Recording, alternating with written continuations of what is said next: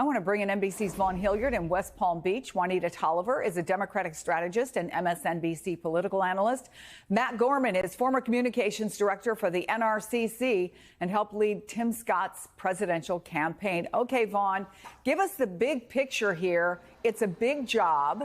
Who has Trump's ear right now, and who's helping him make these key staff decisions? Elon Musk is somebody who we are told by multiple sources has been a frequent presence, a constant presence over the course of the last week at Mar-a-Lago. A source telling me that on Saturday night that Donald Trump and Elon Musk were dining together. This, for Donald Trump, though, I think that this is key. This is Donald Trump's transition, and this is going to be his administration. We learned from 4 years ago the fact that Donald Trump was upset that he did not surround himself by loyalists and those individuals who he had full faith and confidence would carry out the agenda that he wanted to implement. And so far, what you are saying is in Elise Stefanik, in Tom Homan, and in Stephen Miller being put into the place of deputy chief of staff, or planned to be put into place of deputy chief of staff, you are seeing him set up his administration and staff and cabinet to look like that of the type of campaign that he surrounded himself by. Don Jr., of course, was key and influential in getting J.D. Vance to be picked as his running mate in the first place. And right now you are seeing the likes of Nikki Haley and Mike Pompeo explicitly told by Donald Trump in an overnight social media post that they would not be a part of his administration after Nikki Haley challenged him for the Republican nomination and Pompeo considered challenging him. And instead, what you are seeing are these stalwart loyalists who are ready come day one, January 20th, to carry out the agenda that Donald Trump campaigned on. So, Juanita, one of the three people Trump has appointed so far, the new border czar, Tom Homan, is among the most controversial for sure. Then you add Stephen Miller. What a 1-2 punch for immigration. Homan was asked about carrying out mass deportations back in October, and I want to remind people what he said then. So you are carrying out a targeted enforcement operation. Grandma's in the house. She's undocumented. She get arrested too? It depends. Which? Let the judge decide. We're going to remove people that judges already deported. Is there a way to carry out mass deportation without separating families? Of course there is. Families can be deported together.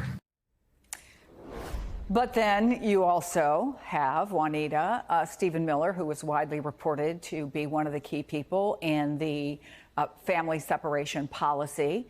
He's been reported to have been working on these mass deportation plans for years. So what does it say to anybody who thought, you know what, Trump is all talk here? It says that he is clearly about action, and he's putting the same people in place who took on those family separation policies that you just mentioned, but also the Muslim ban. All of these inhumane policies that we've seen before are going to bring that trauma and chaos, just like it did in 2017 and 2018. I do think that when you have someone like Tom Homan there saying, oh, we're going to do this humanely, but then deport the entire family, it just shows that there's clearly a tone and approach that Donald Trump is planning to take. He said this is a top priority from day one. He said that there is no limit on spending related to these mass deportations. And so I think anyone who is in a family or friends with immigrants of mixed immigration status, this is a massive red flag for them. And I know that advocates are already trying to prepare in terms of legal arguments, because Homan there mentioned the courts. That is probably going to be the avenue to push back against these plans from Donald Trump. And they want to be able to sell this, obviously, Matt. There was an interesting nugget in that Wall Street Journal article that says they're reviewing people's TV interviews to see how adept they are at pushing out Trump's message. I wonder, as we see these very early days of his administration starting to form, what do you see? I mean, look, I think you're seeing someone like Elise Stefanik, who's been with him by his side for, close to a decade now. She, I'm sure getting her choice of posts and obviously ending up being the UN ambassadorship. Tom Homan, who, again, is a close Trump ally. You want to reward the people, no matter what party are, and the Harris campaign would have done this too. You reward the people who are closest to you, who are with you from the beginning, with their choice. And as we got to go in this process, I bet you will hear from possible Secretary of State or Secretary of Defense nominees, longtime Trump allies, as we get close. But here's, I think, the best way to put this. The Trump campaign, I think rightly, believes they won a mandate with this election. Over 50% popular vote victory, sweeping the swing states. So they're going to govern the way they campaign, especially when it comes to immigration and the economy.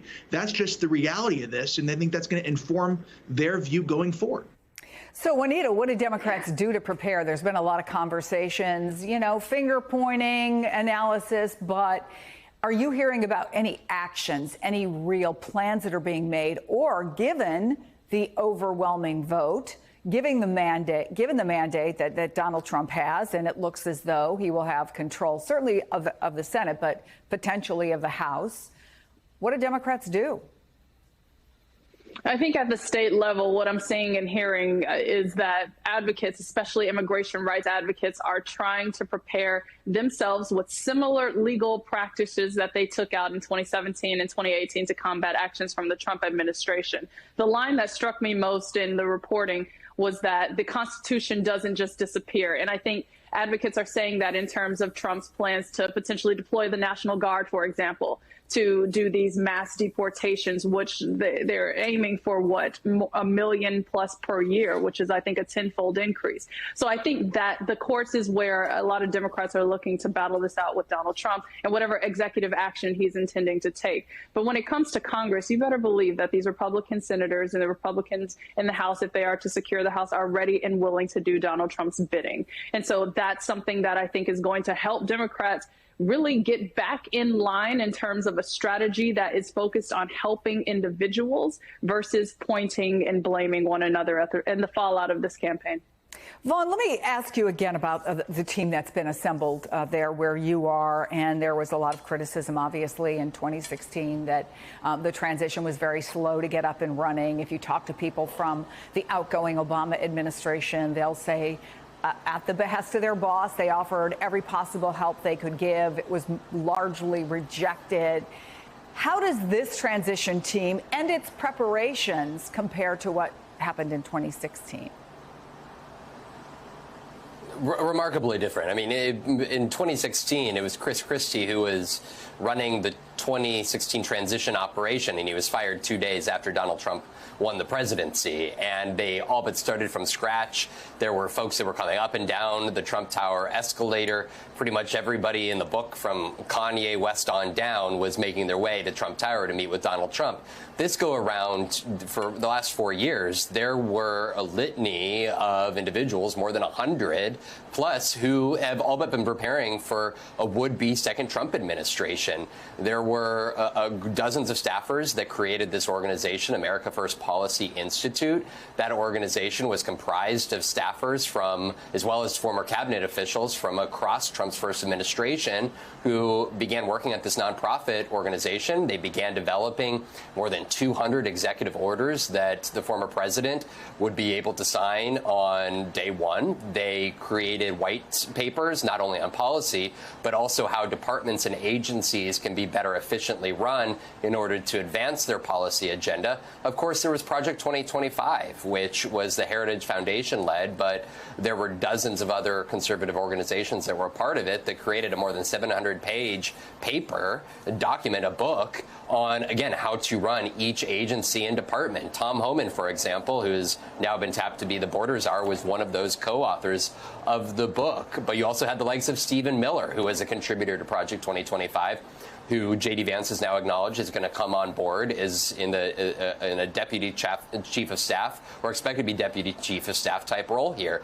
And so there were a great many of the folks that were around Donald Trump on his campaign and now transition team who had been preparing for this moment in a way that they were able to learn from the first administration so that they would be more effectively prepared to actually legislate, but also use the powers of the executive branch to fulfill the Trump agenda come January 2025.